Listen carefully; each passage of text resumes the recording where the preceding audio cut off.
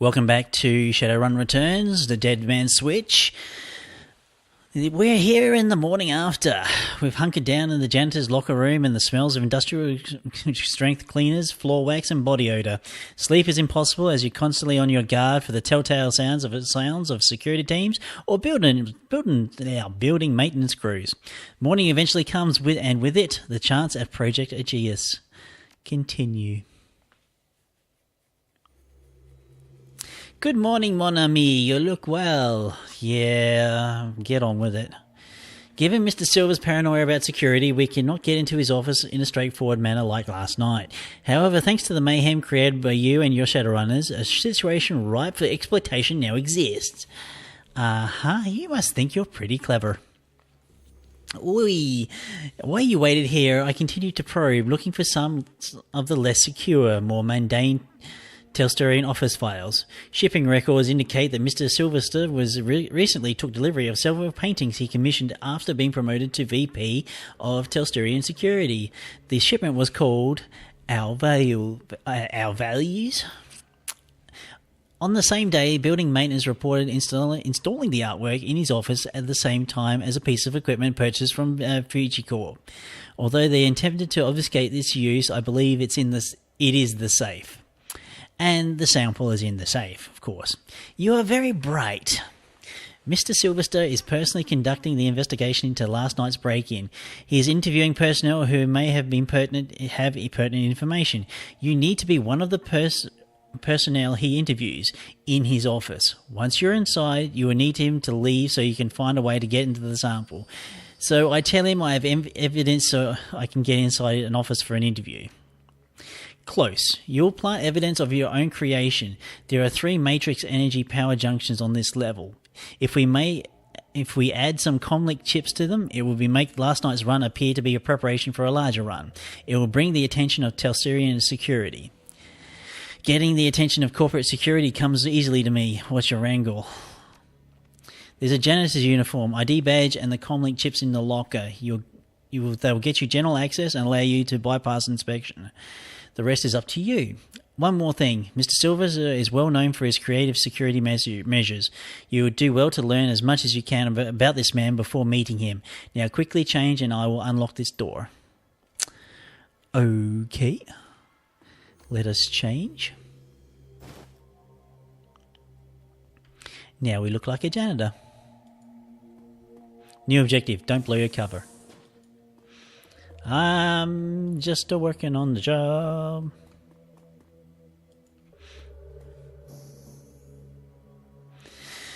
Oh, yay. The supervisor has the look of a stuffer shack manager with delusions that he is on a career track rather than what he is, a disposable dime-a-dozen resource. Hey, you there. I'm Steve Scott. I will be your direct supervisor. Sorry I missed you when you first came in, but I found out that you were only starting an hour ago, when you suddenly showed up in the system. Weird glitch or something. Normally would watch an orientation, trid and walk through the mission statement, but, well, it's going to be hard for you on your first day, but you're going to need to clean up some blood. Maybe a lot. Yep, I can handle it. Just tell me what to do. You'll have your hands full. There was some sort of break-in last night. Some people were just trying to get things cleaned up on this floor. And listen, people are going to be on edge today, so try and stay invisible and don't get into any trouble. Otherwise, they're going to call me, and I'm going to have to reprimand you and put your note on file. Straighten up this floor and stay out of trouble. Got it. I hope they get whoever did this. Only a fool would attack a Telsterian corporate office and think they can get away with it. Start heading from room to room and clean what needs to be cleaned. Good luck and welcome to Telsterian. Okay. Mr. Stuff's shirt.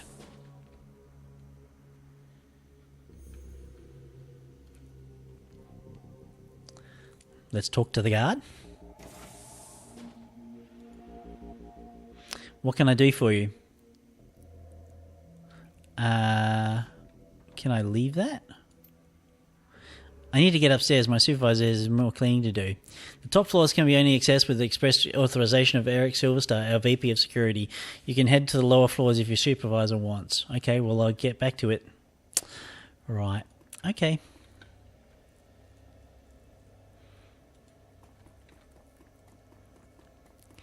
Let's look around, shall we?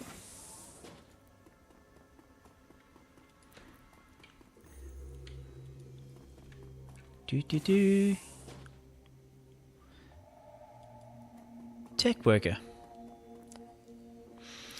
As the Telstrian tech jockey turns to speak, you notice a panel has been removed from one of the land racks behind him. Thanks for coming. Can you believe it? Silverstar is calling it an intrusion, but I know the aftermath of a Shadowrun when I see it. Start in the corner and make sure you don't get any solvents on my servers.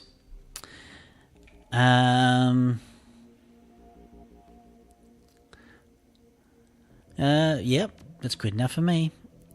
Did you swallow every line our Corp Overlord spouted at you? You look smarter than you that. Whatever, just get this place cleaned up and get out.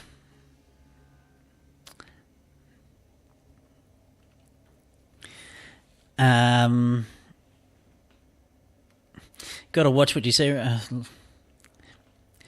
Gotta watch what you say around here. Last month I got Dr. Vacation Day for complaining about uniforms. He lets out a big sigh and shaking his head in agreement. I get it. Silverstar was already in here, hounding me like a Matrix tech had stopped a decking intrusion. Now I've got to execute a full diagnostic on the land racks before he comes back for his security report. He told me it would be a good opportunity to demonstrate the Telstrian corporate value of efficiency. I think his investigation is going to be more about who to pin this on than about finding answers. Yeah, it's never about solving the problem, it's about placing the blame. You said it. We don't want to know how this happened. We just want to know whose fault it is.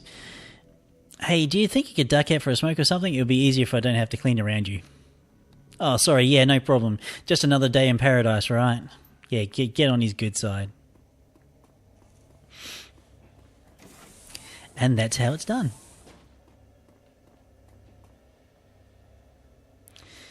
Matrix emergency power junction. Remove access panel from the panel, and place the comlink chip. Access panel comes off with a quiet pop, and you place the chip inside. To Karma. The open panel is a rat's nest of cables and half disemboweled hardware. Some of it is loose. Take some of the lamp parts. Matrix lamp parts. Okay. Well, is there anything else? Nope. Okay, so that's one.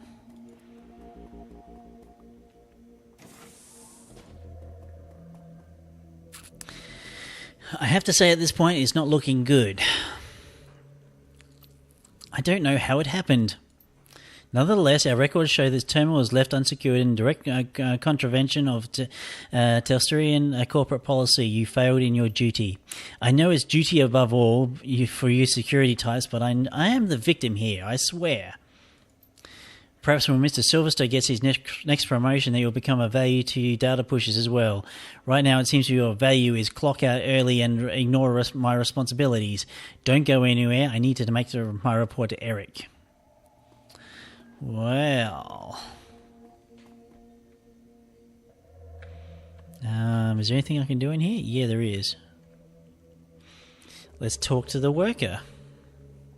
The wage slave is on edge. He's staring vacantly at his terminal with his hands on his face and his finger twitching nervously. Well, what do you want? Can't you see I'm busy? Looks like you're in some real trouble, chummer. Buzz, unless you can clean up shattered career, leave me alone.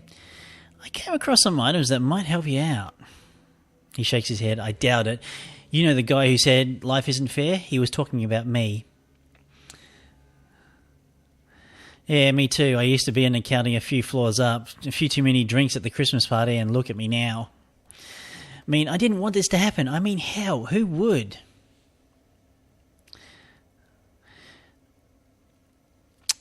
Christmas too, I can do this. Security's bullying you. I could make it look like your terminal was tampered with and nobody would be the wiser. You're right, there's no reason I should let security push me around. He steels himself. Just do it quick.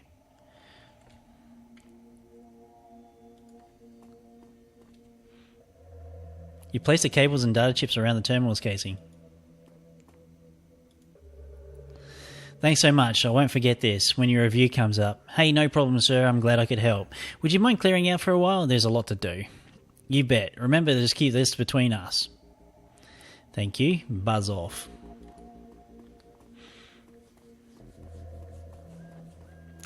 I've got things to do.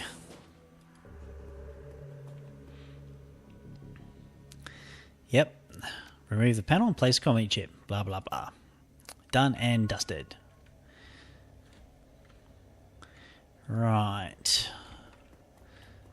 So let's have a look in this office. Security officer. 2 minutes staring into the vent and shaking their heads. Look, Rakul, I know, and you know there's nothing in that vent, but when I told that to the Silver Star, he accused me of not wanting to crawl in there. Said it was letting the company down by not displaying the corporate value of duty. The suit sure love their mission statements and all that dreck, but today isn't the day for Telsarian Corp duty above all crap. Several of us did the ultimate duty last night. I guess we should be happy that Mr. Telsarian isn't in today. Just get in there and take another look. I've got it upstairs in the report.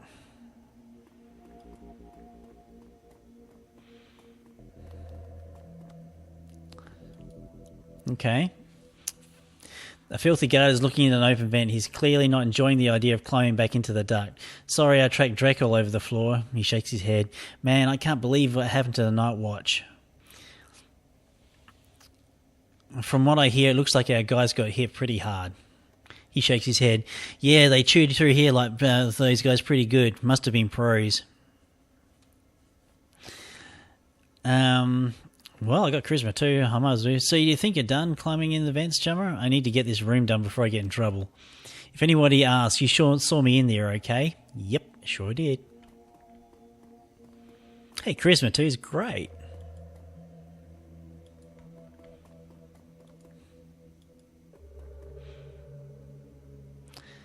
Installed comlink. Ta-da!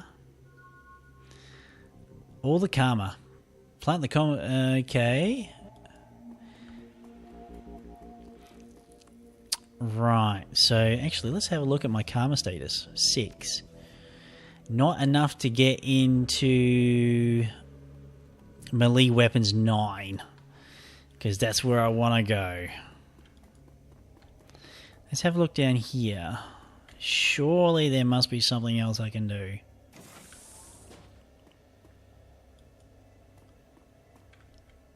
Locked and locked. Okay.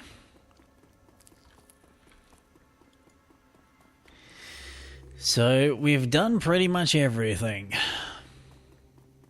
Let's go back to the guard, shall we? What can I do for you? I need to get upstairs, blah, blah, blah. Say, hey, I found all these chips on some point matrix switch boxes. Is that important? The guard thinks it over for a moment and activates his comlink. He turns back to you and has a brief conversation. Then he turns back. Mr. Silverstone wants to see you in his office immediately. Why, thank you. Confirm. The brutish dog-eat-dog existence of a slum dweller is a far cry from the quiet desperation of the existential nothingness of a corporate wage slave. Yet, after your time in Telsarian Industries, it's unclear which is more bleak. The elevator rides smoothly, its blenderizing music assaults you once again as you ascend to the executive floor, and your goal. Dun dun dun. Do do do do do.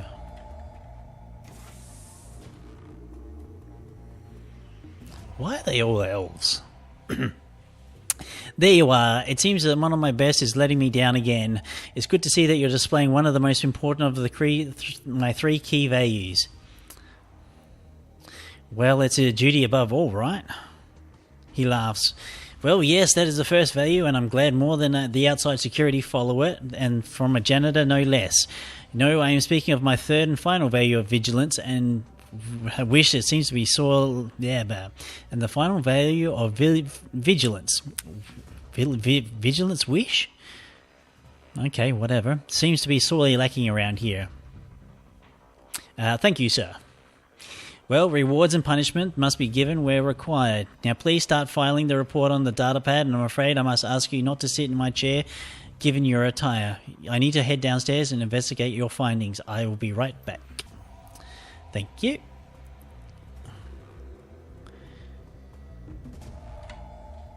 Your comlink begins to ring. You pick up. So these paintings must be what those expensive deliveries were. We don't have much time. I am tracking Sylvester. He is already stepping off the elevator. I don't think your disguise will hold up much longer. I'll update you on his movements. Hurry, mon ami. Oh, frag. We're going to try this one. It shows a profile of 3 elves in Telsterian security uniforms looking upwards at a flag flying the Telsterian logo. The plaque reads duty. Push the frame. The frame clicks in place and the painting slides back into the wall.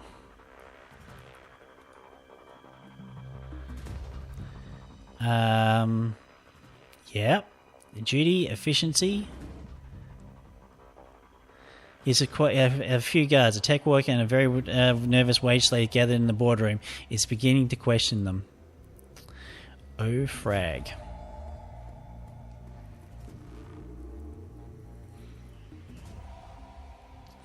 No, leave it alone. I want vigilance.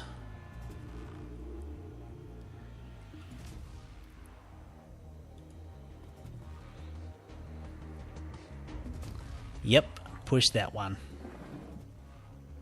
The frame clicks in place and the painting slides back into the wall.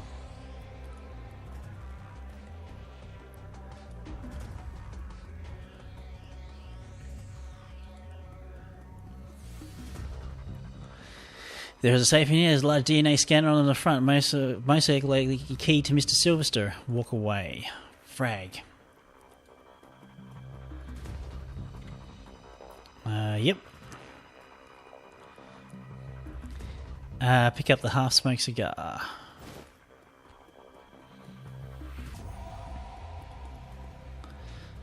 There's surely some DNA on that. Put the moist end of the cigar on the DNA scanner. With a click and a faint hiss, the escaping air in the safe opens. Take the sample. Great work, mon ami. The time for stealth has passed. It has set off every alarm in the system and I've unlocked the executive elevator and your path is clear. Head to the elevator and make your escape. Alright. Well. Time to GTFO.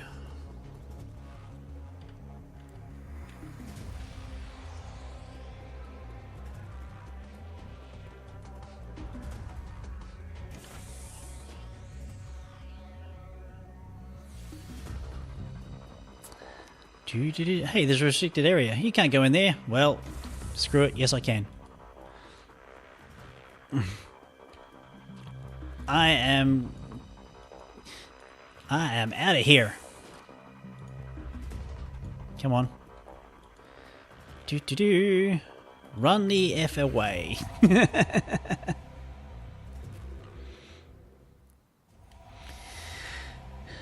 Alright, we're out. Oh boy, oh shit. Detective McCluskey is down smoking, surrounded by armed and twitchy Lone Star officers. Good morning, moron. Good morning, Detective McCluskey. It's a fine day for police corruption, isn't it? The smile broadens. That's right, dummy. Keep flapping your jaw. That sort of thing will be perfect for where you're going. Mr. Telsterian will meet you in person. He wants to chat about last night's fun and games. You can come on quietly or you can meet him in a body bag.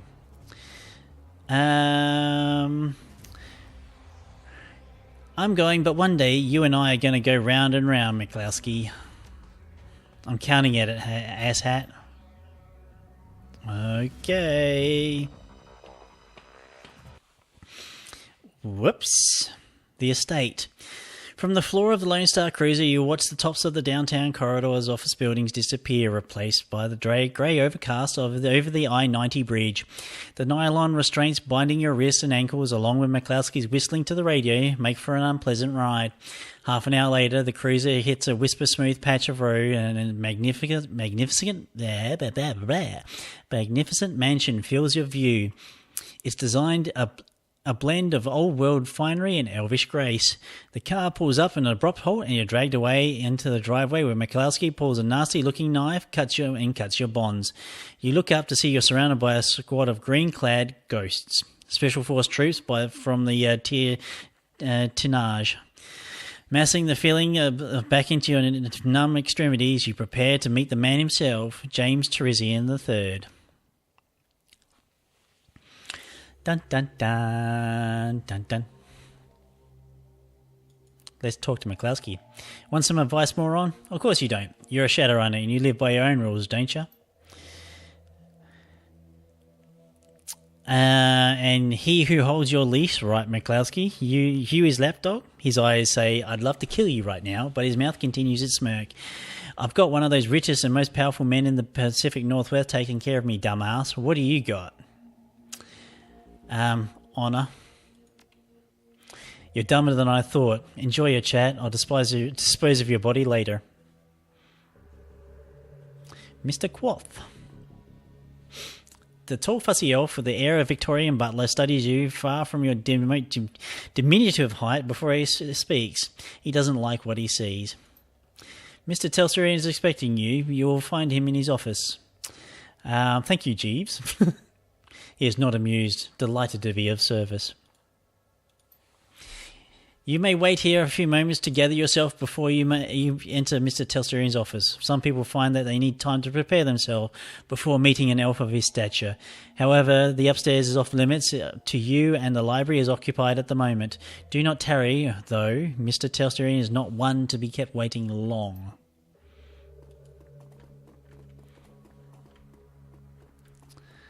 Well, I'm guessing Algerion? There's a twink in Algerion's eye that wasn't there when you spoke in the Seamstresses Union. Good to see you again. There's much to do. You run in some pretty different circles, don't you, Algerion? I do not run at all, Raetac. I go where I am needed, and I am needed here. Perhaps seek me out if you have spoken to James Telserian. Maybe I can be of service again. What? What is going on here? I wonder. Oh, I can't go up there.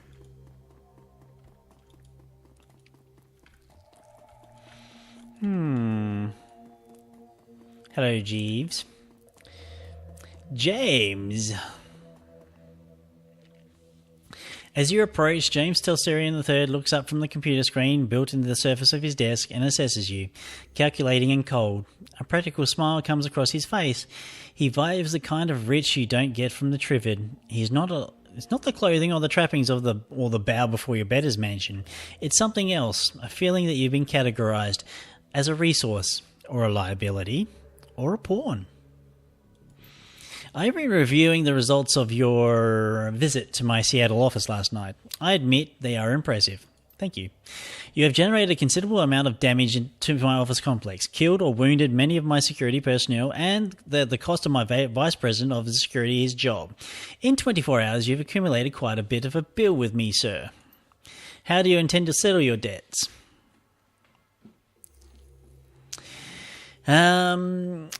You've already confiscated the container I took. I have no other bargaining chips. Let's be forthright. First, some instruction. You do not begin a negotiation by admitting you have nothing which you to negotiate. However, you were considering your tactical situation. That tells me you are more than a street thug. Allow me to instruct you further. Of course. You have one piece of information which you might use as a bargaining chip in the little time you have left to live. Why you took what you took. I'm interested to know why you and your team of criminals fought your way up through my security teams, up to my private office to access the Matrix and uncover the location of a simple research project. Alright, well, it goes like this. Your half-brother Sam Watts hired me to find his own killer. He had a dead man switch. When I find the killer, I get paid.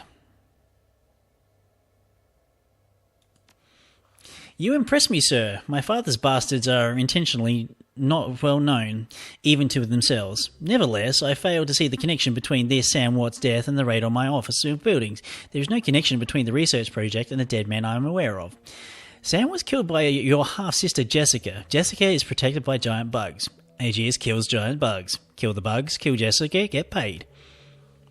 I find your bluntness somehow refreshing. He touches the button on your desk. Mr. Quoth, please ask my daughter to join us. Oh, hello. The young pretty elf has dark circles under her eyes and a haunted expression on her face. She recognises you instantly. It's you! You're the man who helped me escape from the Universal Brotherhood. How did you get here? Telstrian cuts in quickly. Thank you, Marie-Louise. You have confirmed the identity of your rescuer and given me reason to forgive him for his trespass against me. She looks hungry for your help. I'm glad you're here. Good to see you got out okay, Marie-Louise. Yeah, it's not okay. I can't sleep at all. I'm afraid this dream, and I'll wake up here and wake up there and still be there with bugs. You can relax, Marie-Louise. You are safe. It is over. No, it will not be over until they are dead. She shudders. You didn't see them. You don't understand. You and those men you flew in here, all you do is talk. They just form a committee, Father. I knew someone had to take action. That's why I got Hakim involved. The already cold exterior of James Telstrian III turns to ice. I see. It was you and your crippled little friend who leaked Aegeus to this man. We will speak of it later in private. Now then, Raetac, there are some people I wish you to meet. The committee my daughter alluded to. This is a rare opportunity for a man of the street such as yourself. I urge you to behave. We will adjourn to the library. I would be delighted. I don't know if there's sarcasm or not. Just behave. Fine. There's a weight in Telstrian's library, a sense of magnitude and purpose. You are no longer in the presence of mere wealth. You are in the presence of history. All right, fellas. Lady and gentlemen, this is Raetac. He is a dwarf who saved my daughter and the only one who has faced the common enemy in combat. Herr Brackus, this is a representative of the great dragon Lefeur, and have to tell us about the magical insect this Shadowrunner uncovered. Brackus speaks slowly with a deep, melodious German accent. He takes his time, accentuating each word, relishing each vowel, each consonant, tasting him as if they were a delicacy. My Lord Lefeur has witnessed the insect's spirit to physical manifestation before, roughly 9,000 years ago. As you are aware, magic ebbs and flows from the earth, cycling from peak to peak over the course of 5,200 years. As the level of magic grows, Hans dear, I love you. But could you babble on forever, and I believe this time of the essence. The painted elf addresses you. Raetac, is it? Delighted. The bug you fought was not merely a magic awakened animal like a wyvern or hydra, or anything else in the sixth world.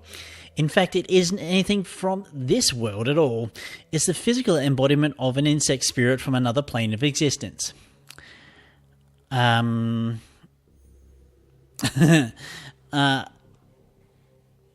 is that why I couldn't kill it? Exactly so. You use your buggy friend. Your buggy friend exists on both planes simultaneously. Now, an insect spirit can't simply thumb a ride through astral space and show up on Earth late for dinner. Dinner, in this case, being us. Two elements are required to bring the one across the void: a shaman and a host. First, the spirit calls on the shaman, often in dreams. The spirit seduces the shaman with promises of great power. The shaman then accepts the spirit as his totem. Next, the insect spirit requires a suitable host. The best candidates for the Oh my goodness. The best candidates are the disaffected and the disenfranchised. In short, weak-willed. Their minds are the most susceptible to suggestion, which is helpful in making the transformation. As you can imagine, these are the sorts of people that are easily attracted to a cult, such as the Universal Brotherhood. Finally, By performing a truly disgusting ritual, the shaman serving the insect totem implants the spirit into the host, willingly or not. Then it's feeding time. Harlequin is correct. The insect spirit will then slowly consume its host while transforming it into the spirit's own insectoid body, thus manifesting itself fully on this plane. I don't like the sound of this. You shouldn't. It's bad. It's really bad. The initial bugs prepare a nest for the summoning of the queen. Once a nest has its queen, she literally explodes with newly manifested insect spirits. They swarm out of the nest, feasting on all the flesh that they can find, implanting more insect spirits on the fresh corpses, again and again and again. So on and so forth. The room falls silent as they consider the scenario faces grim. Telsterian breaks the silence. This is not an infestation, Raetac. It's an invasion. My Lord Lefeu knew this day would come, but he did not know precisely when nor where. Your rescue of Mr. Telsterian's daughter has exposed the existence of an insect spirit for the first time in this cycle of the world. So why don't you fire a cruise missile at the Brotherhood and call it a day? You half engage the enemy, you know why. The insect spirit is only a resident in the transformed host body. Conventional weapons can hurt the body and expose the spirit, but the spirit itself exists on two planes. It cannot be destroyed by mundane means, hence Project Aegeus. Here, Telsterian's biotechnology and agricultural divisions have worked with my Lord Lefeu's thermalurgical engineers and designed Project Aegeus to destroy an insect spirit once it is released from its host. The formula, a fluorescent astral bacterial strain, exists in the physical and astral plane at once, and thus can affect the insect spirit. Now, that was a mouthful. Did you memorize it, or are you reading it off index cards? My director of R&D, Diana Ravenwood, will explain how Project Aegeus will be used in the field. Dr. Ravenwood? Our weapons specialists have rapidly prototyped a delivery device for the fluorescing astral bacterial strain. They've created some prototype launchers with fire Aegeus-filled shells. When fired, the shells will discharge a high-velocity stream of the bacteria. In order to destroy one of the bugs, it must be damaged using conventional weapons or magic until the spirit is released from the host body. Then the insect spirit must be shot with the Project Aegeus prototype launcher to destroy it. So, in order to stop an invasion of insects from another dimension, a dragon... no. So, Aegeus is a multi-dimensional bug spray. Crudely put, but accurate. We must stop the Universal Brotherhood from summoning a queen, and we must stop them immediately. You are the only one who has been inside their facility, and the only one who has personally fought against these creatures before. That, along with your highly effective assault upon my property, indicates that you're the most ideal person to lead the attack. Okay, I'm flattered. The painted elf grins, and his red lipstick catches the light. You should be. Come on, kid. When fate taps you on the shoulder, you've got to pay attention. Unfortunately, she has the nasty habit of tapping you on the opposite shoulder, so that you're about to turn around when she's on the other side, giggling like a deranged schoolgirl. I hate that. Enough. Are you willing to undergo this mission, Raetac?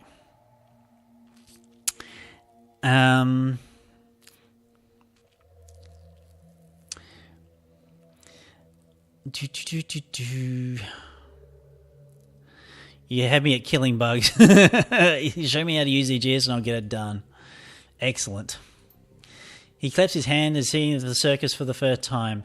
I love the way that the short-lived are willing to die even faster. It's very inspirational. Brachus raises his hand and Harlequin's clapping instantly stops. There is one final note, a warning, if you will. You have seen the danger of the insects represent, but you have not witnessed the shaman's power. The shaman must tap into a powerful source of magic in order to summon the queen. We do not know what abilities the power source will grant. Beware of the insects, but do not underestimate the shaman. Hey, kid. Hey, don't scare the kid, Hansel. We still need him to go through on the mission. By the by, I'm coming with you, Raetac. I wouldn't mind seeing these creatures for myself. I missed them last time. Telstarian will bankroll you so you can hire the rest of the team. Find me when you're ready to go and we'll bug right on out of here. He sighs. Yes, speak with Harlequin when you're ready to depart. If you wish to acquire additional supplies for your mission, find my assistant Quoth. He is highly resourceful. Yes?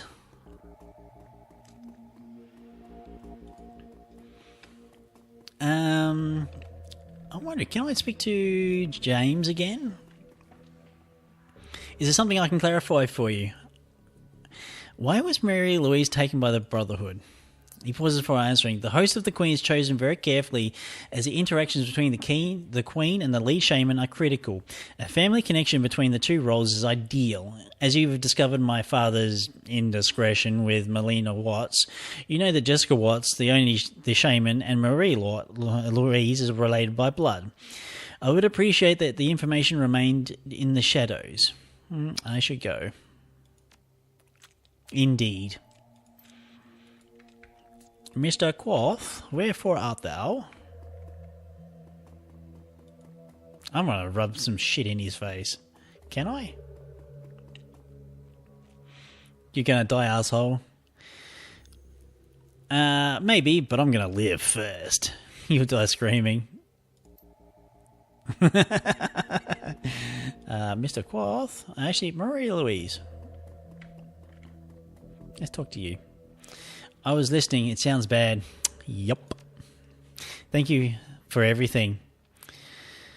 It could be worse. It could be raining. She smiles. It's Seattle. Looks like you have a question. Was it Hakim who helped you in the Matrix? She smiles in love. Yes. Even after my father ruined his life and convinced me to hate him, he's still been watching over me, my angel in cyberspace, Baron Samadi. After he escaped, I told Hakim about the Brotherhood and about the bugs. It was his idea to steal the Project Ajir so he could go back to the Brotherhood and exterminate the bugs. I just don't know how he knew about it. Baron Samadi just knows things. So what did Hakim tell you about us breaking into your father's office? Nothing. Well, I haven't spoken to him since last night. Why? What happened? He hasn't contacted you? No, and I thought he would by now. Did something happen to him?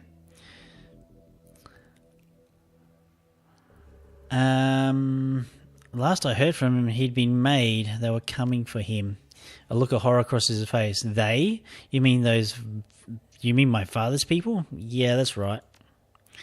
I'm sure he's okay. They probably just took away his deck. Father wouldn't. No, he's okay. All right. I don't need to know anything else.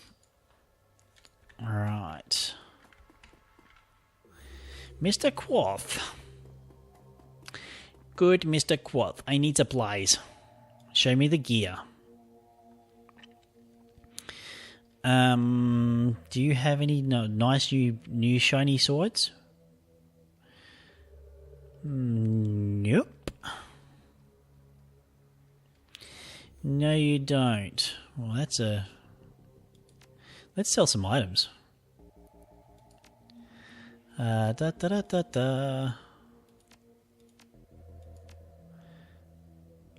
Equipment.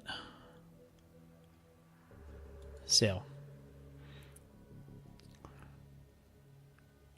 Exit. Show me the outfits. Anything interesting in here? No, I've got the best. Cyber installed. Show me what you have. My current essence is 2.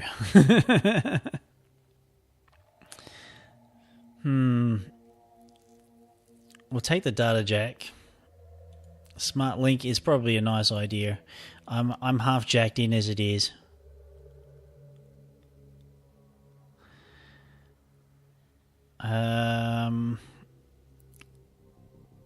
+1 quickness, +1 dodge. Essence costs 2.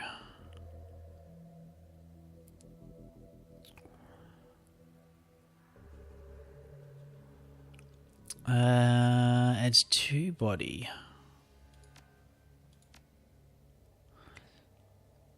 Okay, so that's an upgrade. I'm definitely going to upgrade that leg though.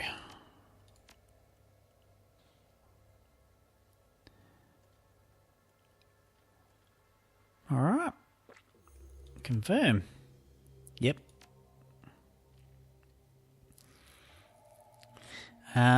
Okay, I'm good, thanks.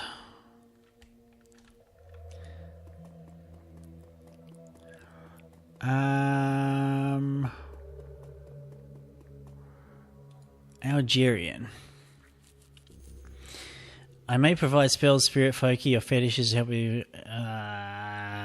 No thanks, I'm good. Right, Harlequin, we're ready. Are you ready to get knee deep in ectoplasm? Yeah, I'm ready. Let's go stomp some bugs. I thought you'd never ask. We will stash my shotgun. Confirm. I suppose you should know, Telsurian's techniques have only time to create a few prototype AGS launches. I'll be taking one naturally, another is for you. Treat her well. If you want additional blood-spattering firepower, James has agreed to allow you one of his personal elite guard to come with us with his final weapon prototype. Now let us away. We have a date with Destiny, and she does not like to be kept waiting. And that's going to be the end of this episode. Thank you all for joining me. And if you've liked the episode and the series thus far, do click the like button for me. And of course, if you're interested in any of my other works, there's a couple playlists off to the side for your perusal. I've been Raetac. I'll see you next time.